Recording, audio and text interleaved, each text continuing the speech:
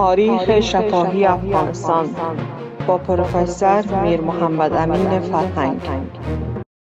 خوشبختانه موفق شدیم با لطف استاد بزرگوار جناب دکتر صاحب محمد امین فرهنگ و عبدالمجید خان داولی وقت یک تاجر مشهور بود، در مسکو اقامت داشت و اونجا تجارت هم با اروپا میکرد. رادیو کتاب تلاش میکند تا این تاریخ به صورت دقیق، عملی و تجربی گفته شود. آقای عاطفی یا بودن خلاص شدن و بقیه کسایی که حزب وطن بودن اینا تقریبا 4 سال در زندان باقی ماندن. کسایی که دلش بر افغانستان میسوزه میفهمه که بخشی از مشکلات فاجعه افغانستان قدرت اقتصادی در پیشش بود، هم نگاه دولتی و هم سرمایه‌دار و سرمایه افغانستان در دستش بود.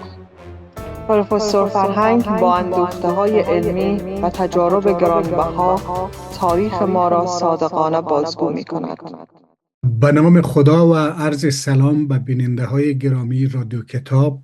خوشبختانه موفق شدیم با لطف استاد بزرگوار جناب دکتر صاحب محمد امین فرهنگ قسمت دهم تاریخ شفاهی افغانستان هم ضبط کنیم. از بیننده های گرامی که سوال میکنن، کامنت میتن، تبصره میکنن، بسیار سپاسگزار هستیم. من یقین دارم کسایی که دلش بر افغانستان میسوزه میفهمه که بخشی از مشکلات فاجعه افغانستان به خاطر ندانستن دقیق تاریخ است. رادیو کتاب تلاش میکنه تا این تاریخ به صورت دقیق، عملی و تجربی گفته شود. عرض سلام و خوش آمدید دارم دکتر صاحب فرهنگ خدمت شما. چند تا سوال در یوتیوب نوشته شده، من اینا رو خدمت شما بخوانم و درسته انشالله؟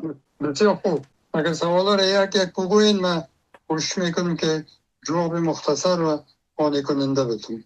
اما اولتر از همه سلام خدا به شما و به شنوندگان محترم تقدیم میکنم. علیک السلام استاد. من شخصا سپاسگزار شما هستم که با تمام مصروفیت ها میاین قدمات تاریخ شفاهی افغانستان میگین و یقینا کسایی که رد دارن و در صدد آبادی افغانستان است از این برنامه ها بسیار خوششون میاد و سپاسگزاری میکنم. یک نفر به نام ولی زمان 9539 چند سوال نوشته کرده استاد. سوال اولش من خدمت شما میخونم. محترم دکتر صاحب، اگر راجع به زندانیان سیاسی حزب وطن در زمان سردار شاه محمود خان چرا در زندان رفتن و علت این زندانیان در دوره مشهور به دموکراسی حبس سیاسی شدن چی بود و کدام اشخاص بعد داخل قوس روشنفکران آن بود؟ مبهم است استاد، انشالله که فهمیده شدم. بله فهمیدم، تشکر. من هم سلام خدا به محترم میرسانم. اونجایی که من معلومات دارم کوشش میکنم که برشان جواب بتون. علت اینه که چرا اینا بندی شدن، ما قبلا در اون پروگرام خود در اون مقطع زمانی گفتم، پروگرام پیشتر در وقت شاه محمود خان یک اندازه سهولت آمد و یک گام به طرف دموکراسی و آزادی گذارده شد و به مطابق به مو یک چند اخبار و چند جمعیت سیاسی به وجود آمدن و فعال شدن که عبارت باشن از جمعیت وطن، ندای خلق، ولس، از یک تعداد دیگه بود و اتحادیه محصلین ساخته شد و این حرکات آغاز شد و اینا همین اخبارات و همین جمعیت ها اینا زیادتر کدام حرکات ضد دولت نمی کردن، نه کدام مظاهره کردن، نه کدام شعار می دادن، هیچ چیز نیست. فقط در اخبارات و جراید خود پیشنهادات به دولت می کردن که برفتن به سو دموکراسی اینی راه رو ما طی کنیم، آهسته آهسته انشالله موفق میشیم. اما بعضی از ایناس لحجه نظر خشنتر هم داشتن و این به مرور زمان بالاخره حکومت نارام ساخت و بعد از یک انتخابات دوره هفتم که صورت گرفت و گذشت دوره هفتم نمی شرایط گذشت و دوره هشتم که رسید به اینجا پیش از این که انتخابات شود یک تعداد از این کسانی که در همین گروپ های مشروطه خواه بودن و خود کاندید کرده بودن اینا حبس شدن که من نامشان فعلا به صورت مختصر میگیرم. از جمعیت وطن اشخاصی که حبس شدن عبارت بودن از مرحومین میر غلام محمد غبار، سرور جویا، میر محمد صدیق فرهنگ، برات علی تاج، عبدالحی عزیز، دکتر محمد ابوبکر، دکتر عبدالقیوم رسول، فتح محمد خان پرکمش هزاره، علی احمد نعیمی، علی محمد خروش، عبدالعلیم عاطفی، سلطان احمد لویناب، دکتر غلام فاروق اعتمادی. از حزب ندای خلق یا جمعیت ندای خلق دکتر عبدالرحمن محمودی، دکتر نصرالله یوسفی، محمد نعیم شایان، دکتر عبدالرحیم محمودی، محمد عظیم محمودی و محمد امان محمودی. از حزب بیشترالبیان محمد انور خان، قاضی بهرام خان، محمد یوسف خان، حضرت قاضی عبدالصمد خان، غلام جیلانی خان، عبدالبادی خان، حاجی خدای دوست خان، محمد رسول پشتون و فیض محمد خان انگار. از اتحادیه پشتونستان که با سردار محمد داود خان همکاری داشتن، خط ببرک کارمل که اول ببرک به نام ببرک یاد می شد و پس آن باز تقلز کارمل گرفت. قبلا حفظ شده بود در مظاهرات تاریخ 31 سور سال 1331 مظاهراتی که صورت گرفت و ببرک مظاهره چون نزدیک حرف گرفتن تا بر علیه انتخاباتی که دولت دست زده بود مظاهره میکردن، مکتوب پادشاه روان کردن و ببرک در اینجا در دان حرب داخل شد دروازه هست و او را از کرا درون بردن و همون که در حفظ کردن. بنیاد او را باز بردن در ولایت کابل خارج جدا از این اشخاصی که من نام بردم به یک محبس دیگه به همراه میر اکبر خیبت او هم قبلا حفظ شده بود به یک جای انداختم. به این ترتیب اینا ماندم. یک تعداد از اینا بعد از 6 ماه خلاص شدن. عبارت باشه از 3 نفر: عبدالله خان عزیز، سلطان جان لویناب و دکتر قیوم خان رسول. این 3 نفر در مرحله اول بعد از 6 ماه خلاص شدن. به ترکیب از اینا 3-4 نفر دیگه دکتر ابوبکر خان و آقای عاطفی یا بودن خلاص شدن و بقیه کسایی که حزب وطن بودن اینا تقریبا 4-4.5 سال در زندان باقی ماندن و در سال 3 صدارت سردار محمد داود خان از حبس رها شد. اینی بود یک مختصر در جواب سوال این برادر محترم. بسیار تشکر است. به تصور مای بزرگوار امی ولی زمان تصور کرده که در زمان دموکراسی با داشتن حکومت دموکراسی دیگه زندانی سیاسی وجود نداره. در این مورد یک توضیح نمیتونید؟ ما مقصد نفهمیدیم کدام دوره دموکراسی رو میگیم. ایشان گفتن که تقریبا سوالش به نحو اعتراض است که اگر دموکراسی بود در دوران شاه محمود خان چرا زندانی سیاسی بود؟ و تفسیر من این است که هیچ حکومتی بدون زندانی سیاسی نخواد باشه در دنیا. خب فرق میکنه زندانی سیاسی که اسنادش ارائه شود، محاکمه شود و بعد از او به یک اسنادش ثابت بسازه که اینا بر ضد مملکت یا دولت یا هر چیزی که هست فعالیت داشتن، او صحیح است، مثل که در تمام دنیا این کار میشه.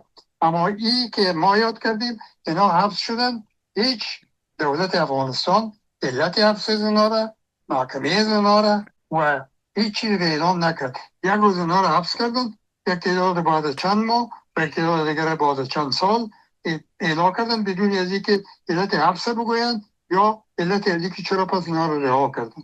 ولی آقا یک چیز غیر قانونی و غیر مشروع بود.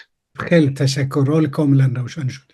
خب سوال دوم بازم از جناب ولی زمان است. با سپاسگزاری از ایشان نوشته کرده که محترم تشکر از پروگرام وزینتون. از محترم آقای دکتر فرهنگ سوال اگر اجازه باشد. اولا ارتباط آقای صابولی با صدر اعظم صاحب محمد هاشم بسیار خوب بود.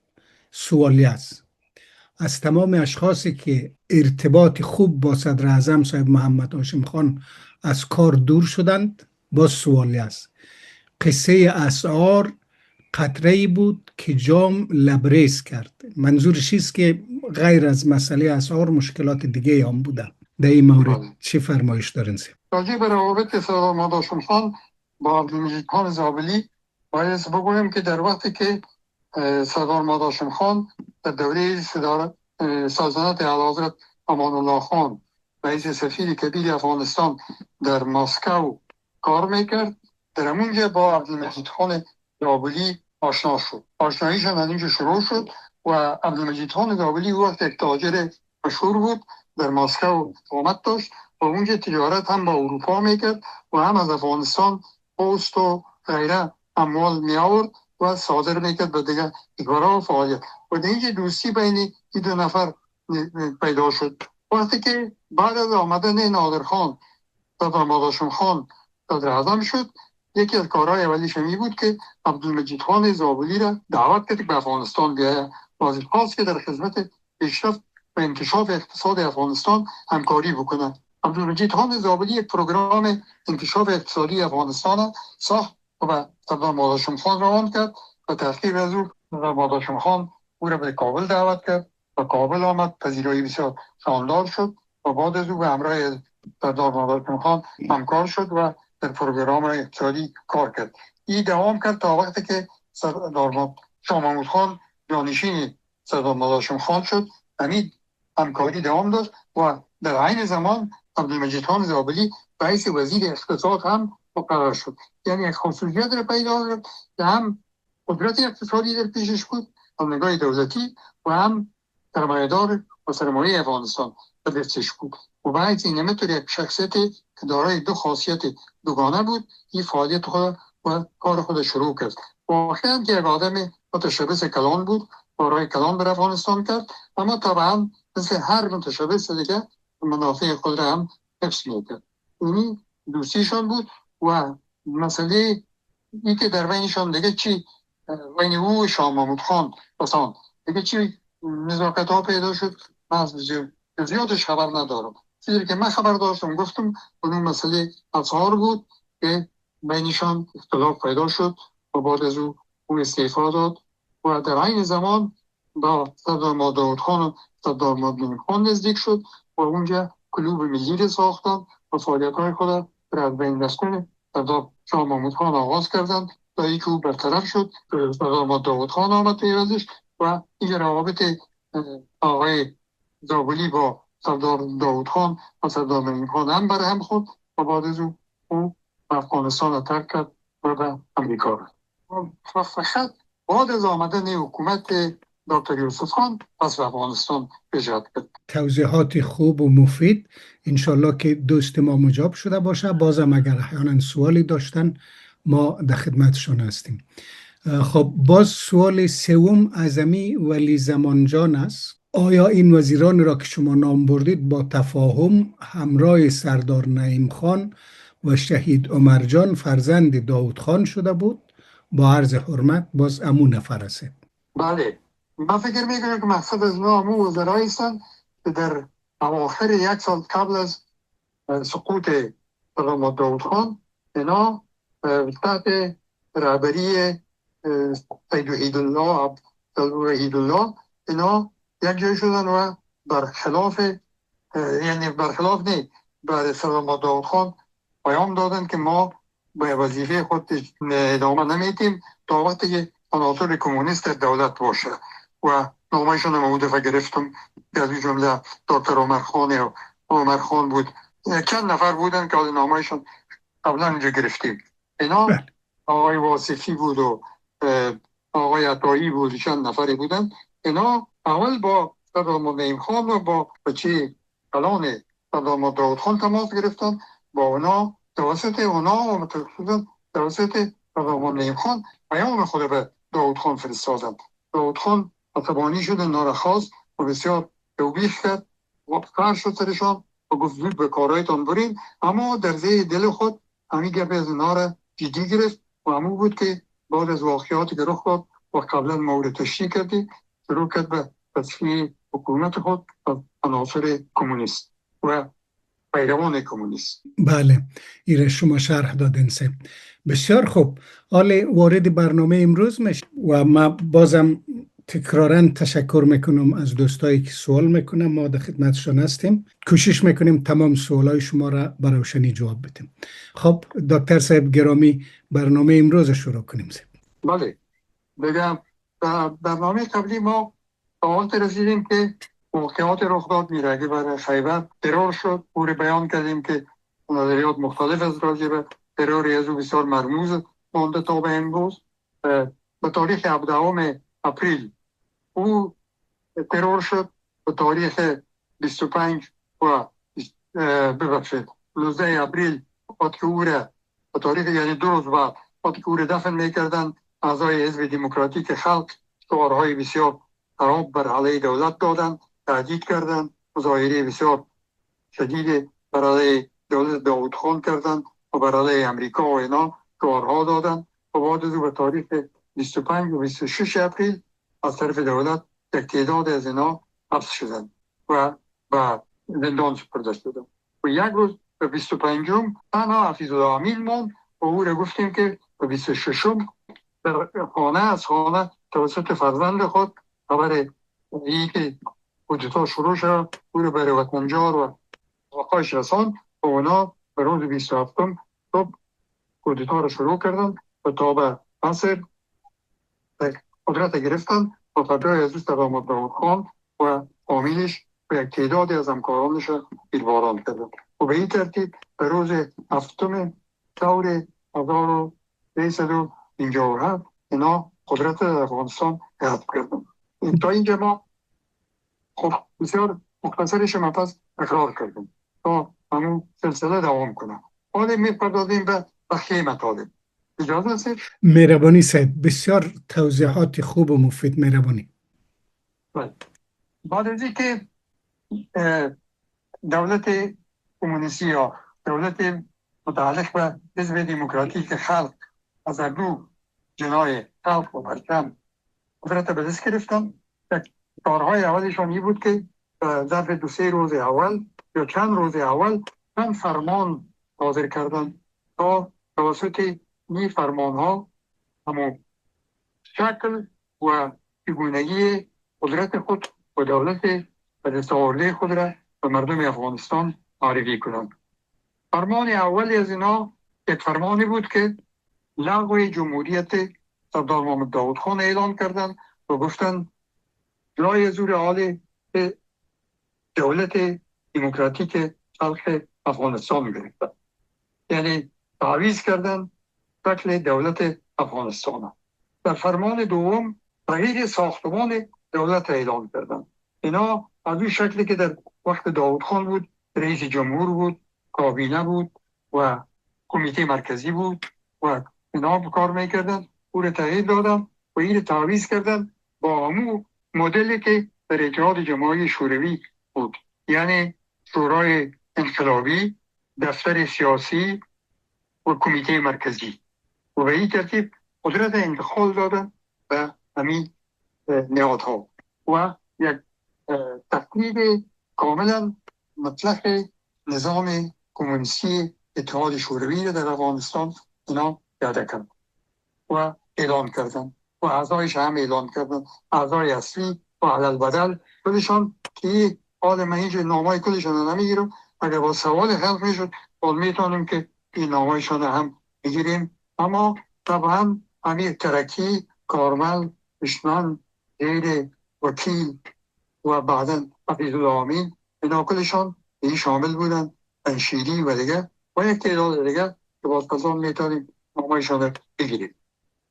فرمان سیوم از اینا لغو تابعیت خانواده سلطنتی بود. اینا از 23 نفر اعضای خانواده سلطنتی افغانستان سلب تابعیت کردن و هیچ به این فکر نکردن که چطور به خود اخلاق و یک تعداد افغانایی که اونا تابعیت افغانستان به شکل طبیعی دارا بودن، اونا را به کدام دلیل و چرا و کدام جرم اونا را تابعیتشان بدون کدام فیصله کدام مقام به امر خود این تابعیت لغو کردن. این هم سوالات را در جامعه ایجاد کرد. فرمان دیگه از اینا موضوع بسیار جنجالی برشان. اونا هم برای افغانستان هم پیدا کرد. فرمان اصلاحات ارضی یا زراعتی بود. اینا شروع کردن به این که اصلاحات ارضی در افغانستان عملی کنند، اما به شکلی که خودشان میخواست. در وقت صدام داود خان هم او شروع کرده بود که بعضی اصلاحات بیاره، اما نامکمل ماند. اما اینا بسیار رادیکال و جدی پیش رفتن.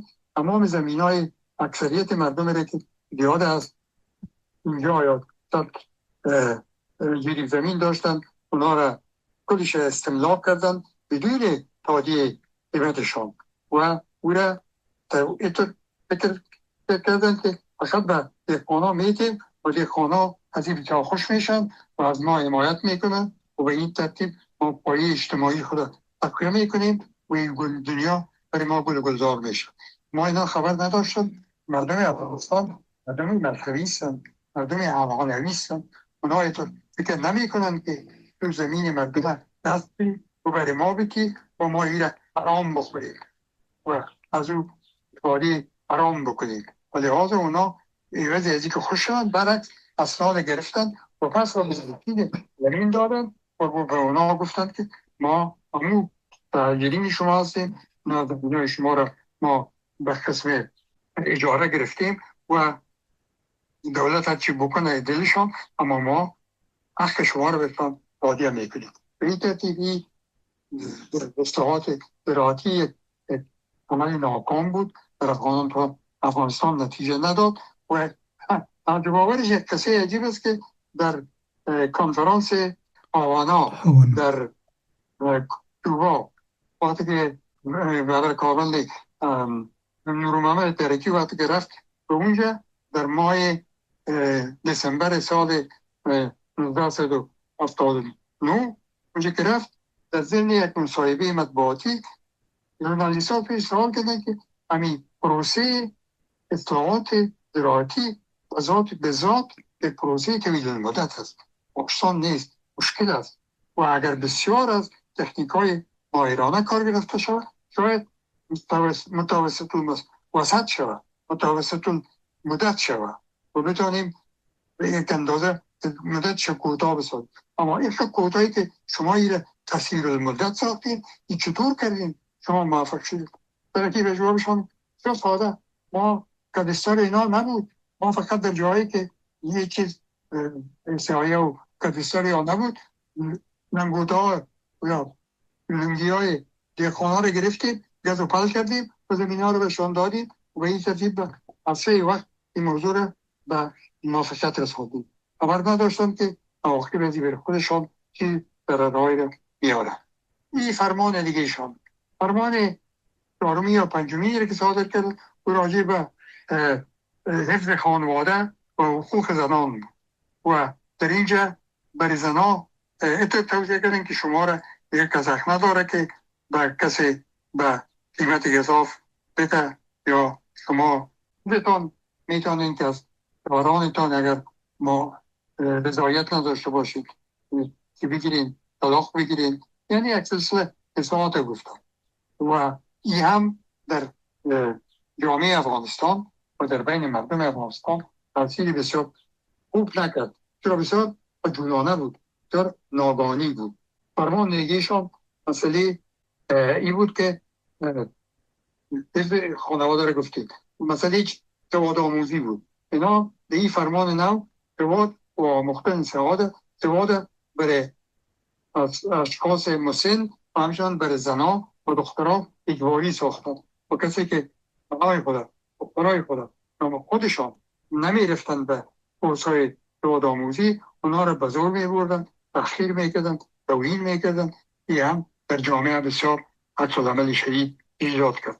به این ترتیب چندین فرمان حبس و محاکمه مخالفین نظام، کسانی که به نام مخالفین هر کس در روی خود میگرفت اونها را حبس میکردن، شکنجه میکردن، آزار میدادن.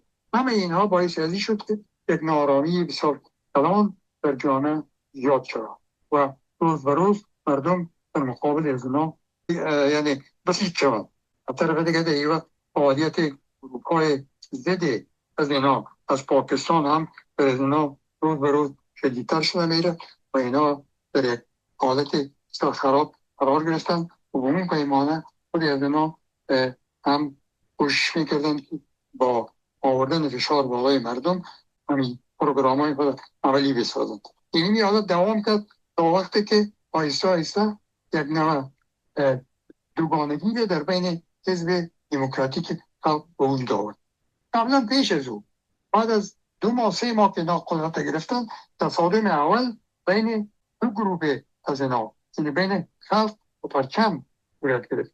در اونجا اختلافاتی بینشان پیدا شد، در اونجا پرچمیار خلقی‌ها از صحنه کشیدن، اونا را به حیث اول به حیث رفیق به امریکا و چکسلواکیا و ایران و چندین جای تهران به تهران روان کردن و بعد از چندی که وقت اونا یک اقدام صورت گرفت کابل که به نام کودتای چی از هرات بود، جنرال قادر کلی از اینا رو برطرف کردن و اینا رو امر کردن که به کابل بیاید و اونا نامدن و در ممالک سوسیالیستی پناهگزین شدن تا ای که باز بعد از سقوط حفیظالله بناپس به افغانستان آمدن که باز یک فصل دیگه است. اما پیش از او روابط در بین دو نفر،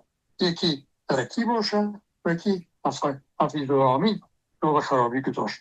یکی چرا روابطی از اینا که از او از یک حزب بودن و حفیظالله همیشه ترکی را استاد بزرگوار استاد خود میگفت و همیشه به او سرخم میکرد، دفعتاً با او روابطش برهم خورد و دشمنی یکی دیگه شد. یه هم خودش یکی از معماهایی است که تا به امروز حل نشده. یک علت از این میدانم که حفیظالله از آغاز این مفکوره پیشی بود که خب در مرحله اول ترکی میاریم تا علت این باشه، وقتی که یک اندازه قوی‌تر شدیم باز من این از بین میبرم و خودم تمام قدرت در افغانستان به دست میگیرم چنان که میتونم کرد. و حفیظالله و ترکی این وقتی که از آوانا میامد به کابل در ماسکو وقتی که توقف کرد و بار برژنف ملاقات کرد، در اونجا این برژنف برش گفت که ما خبر داریم، ما احوال داریم که امین میخواهد تو را از بین ببرد. برژنف بسیار به ترکی علاقه داشت و اون میخواهد تو را از بین ببرد و تو باید که کاری بکنی که او را پیشدستی بکنی از بین ببریم. و وقت مشهوری که در وقت چاپ شد در صحنه ملاقات ترکی با برژنف است که در یک سمت میز برژنف و کاسیگین و برومیکو ششتن و مقابلش تنها ترکی، در حالی که شاولی وزیر خارجه و دیگه وزیرها هم بودن اما اونا را او مجلس را نداده بودن و همین توصیه برژنف که امینی از بین ببرد افشا نشد. اما داوود طلون این به شرط بسیار نزدیک به امین بود، به شکلی از اشکال از این موضوع خبر شد و قبل از اینکه به کابل بیاید از اون ماسکو این خبر برای ترکی داد و برای حفیظالله داد و حفیظالله ترتیبات خود گرفت که وقتی که ترکی به کابل بیاید چطور او را از بین ببره. این واقعه ماه سپتامبر سال 1978 است، 79 ببخشید، چطور باز حفیظالله ترکی از بین بره و شروع قدرت میگیره و برای 100 روز در افغانستان حکومت مطلقه میکنه که بازیره انشاءالله در مرحله دیگه یا در مصاحبه بعدی تفصیلاتش بیان خواهیم کرد. بسیار خوب استاد، مانده نباشین. من چند نکته را اینجا عرض میکنم در جهت اکمال فرمایشات شما. ضمن از اینکه اینا لغو جمهوریت اعلان کرد، لغو قانون اساسی را اعلان کرد، ما دقیق یادم مانده که امون روز وقتی اطلاعیه خونده میشد، پنجشنبه بود، زیر تاک اولی ششته بودیم، باز خدا رحمت کنه همه اموات ما و شما را من جمله پدر ما وقتی که گفت قانون اساسی لغو شده و دست خود به دست خود زد و گفت اینا خیلی آدمای ناشی است که قانون جدید وضع نکرده، قانون لغو اعلان میکنه. نکته دیگه ای که خب لغو تابعیت خانواده سلطنتی و حتی دختر داود خان زرلشت که از پانتون برمیگرده، هم در کتابای خودشون آمده که او را میپرسن چیکار کنیم، میگه بکشین چون دختر داود خان است که او زمان قدرت گرفته بودن. اصلاحات ارضیشان هم امون نهایت غافل بودنش از اوضاع افغانستان میرسانه صاحب، به خاطر از که در او زمان طبق آماری که من خوندم 65,000 هکتار زمین قابل زرع افغانستان داشته و فقط 15,000 زیر زرع رفته بوده، یعنی 40,000 هکتار قابل زرع بوده که اینا میتونسته از او زمین ها برای دهقانا توزیع کنه که دچار شورش نمیشد، اما چون اینا نمیفهمید فکر میکرد که دیکتاتوری همه چیز حل میکنه. در مورد از اینکه مردم چرا شورش کردن صاحب، دمی منطقه چرا دست به جهاد زدن، از منطقه خود ما قصه میکنم. اینا میایه در نام از اینکه تفنگایتان بتین خل سلا بکنه مردای خانواده را در سر بخاریای داغ میشونده و در زنایشان پیشرویشان تجاوز میکرده صاحب. به اینمی ترتیب مردم مجبور شد که دست به اسلحه ببره و امو رقمی که طبیعت سیاست مدارا است، دولت مدارا است. بعد از او خیلی از دولت ها در جهت جستجوی منافع ملی خود در افغانستان این فاجعه را دوامدار ساخت. بسیار برنامه جالب بود استاد، اگر فرمایشی ندارین یک مؤخره بگوییم و خداحافظی کنیم. تشکر از چیزایی که معلومات اضافی که شما دادین. بعضی چیزا را ما آموختم، اینطور بود متاسفانه. و در جلسه دیگر ما شما خود داشتیم میاییم سر مابحثی ازی و کوشش میکنیم که مخاطر را مختصرا بیان کنیم. بسیار خوب، در جلسه آینده ماجرای به قدرت رسیدن امین انشالله تعریف میکنیم. یک دنیا سپاس استاد گرامی، خداوند عمر و عزت شما را همیشگی و برقرار داشته باشه. بیننده های گرامی از شما هم سپاسگزار هستیم که با رادیو کتاب بودین. لطف کنین این برنامه ها را به اشتراک بگذارین تا وطندارای ما بیشتر از تاریخ خود با خبر شوند، چرا که ما دچار مرض بحث سیاسی هستیم متاسفانه همه ما و کلگی ما در این مورد صاحب نظر شدیم.